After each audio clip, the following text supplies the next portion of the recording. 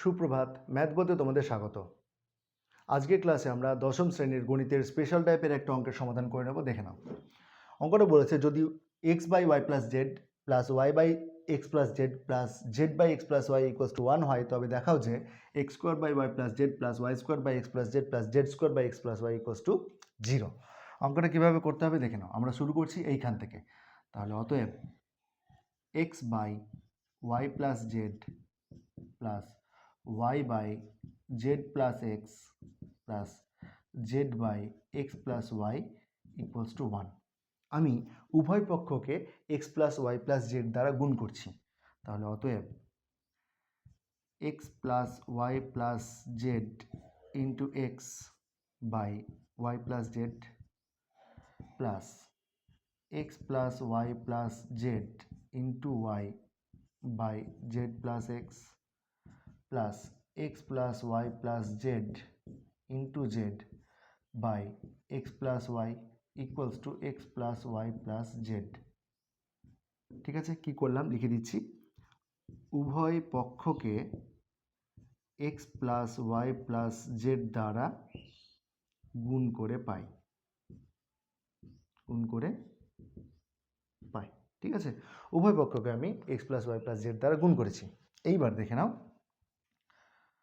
বা প্রথমটার সঙ্গে x কে গুণ করছি, তাহলে x এর সঙ্গে x গুণ করলে কত হবে? x square. তাহলে x square plus x into y plus z, এটাকে এইভাবে লিখলাম, by y plus z plus, এবার এখানে দেখো এখানে y আছে, তাহলে y এর সঙ্গে গুণ করছি, তাহলে y square plus y into x plus z by z plus x plus, এখানে জেডের সঙ্গে জেডকে গুণ করছি, তাহলে z square plus z into x plus y by x plus y equals to x plus y plus z. এটা বলা ছিল, লিখে দিলাম। এইবার দেখো, আমরা এবার এটাকে বিচ্ছিন্ন সহগ পদ্ধতিতে ভেঙে দিচ্ছি। বা x square by y plus z plus x into y plus z by y plus z. আসলে বিষয়টা হচ্ছে এটা কেন এরকম হচ্ছে দেখে নাও একবার। মনে করো তোমাদের দেওয়া আছে 5 যোগ 4 বাই 3, এটাকে আমি লিখতে পারি না 5-এর 3 যোগ 4-এর 3, লসাগু হলো 3, তাহলে 5 যোগ 4 বাই 3 হবে। এইটাকেই বলে বিচ্ছিন্ন সহগ পদ্ধতি। ওইভাবেই এটাকে আমি ভাঙছি। প্লাস এটা হয়ে যাবে y square by z plus x plus y into z plus x by z plus x plus, এখানে হবে z square by x plus y plus z into x plus y by x plus y equals to x plus y plus Z.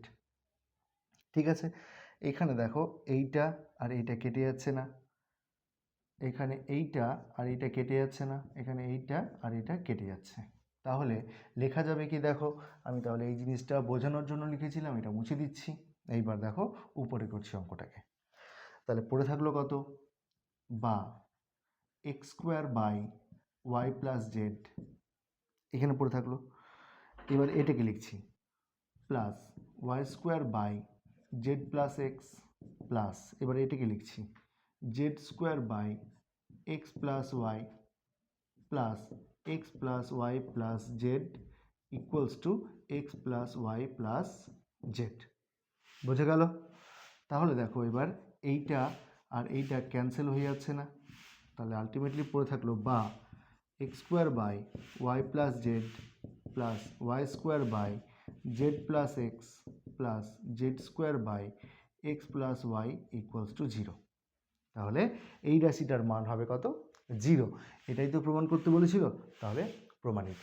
আজকের ক্লাসটা তাহলে এখানেই শেষ করছি। দেখা হচ্ছে অন্য কোনো একটা ক্লাসে। ক্লাসটা কেমন লাগলো জানাতে কমেন্ট করো। চ্যানেলে নতুন হয়ে থাকলে সাবস্ক্রাইব করে সাথে থেকো।